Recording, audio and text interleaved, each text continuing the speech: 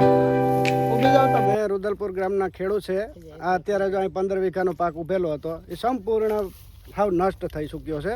કોઈએ 100% એમ માનો ને કોઈ સારો માલ ઢોરનો કે કોઈ પણ વસ્તુ આમાં મગફળી કે અમારા હાથમાં આવે એમ છે જ નહીં. એટલે અમારી પાસે અમારે ખેડૂતને હવે એવી માંગ છે કે સરકારશ્રીને અમે નમ્ર વિનંતી કરીએ કે અમારું જે પાક ધિરાણ છે ને જો એ ફરીથી આખું માફ કરે અને તો એ ખેડૂત બેઠા થાય એમ છે. બાકી તો અમારે રવિ પાક વાવવાના પણ ખાતર બિયારણના પૈસા અમારી પાસે અત્યારે છે નહીં.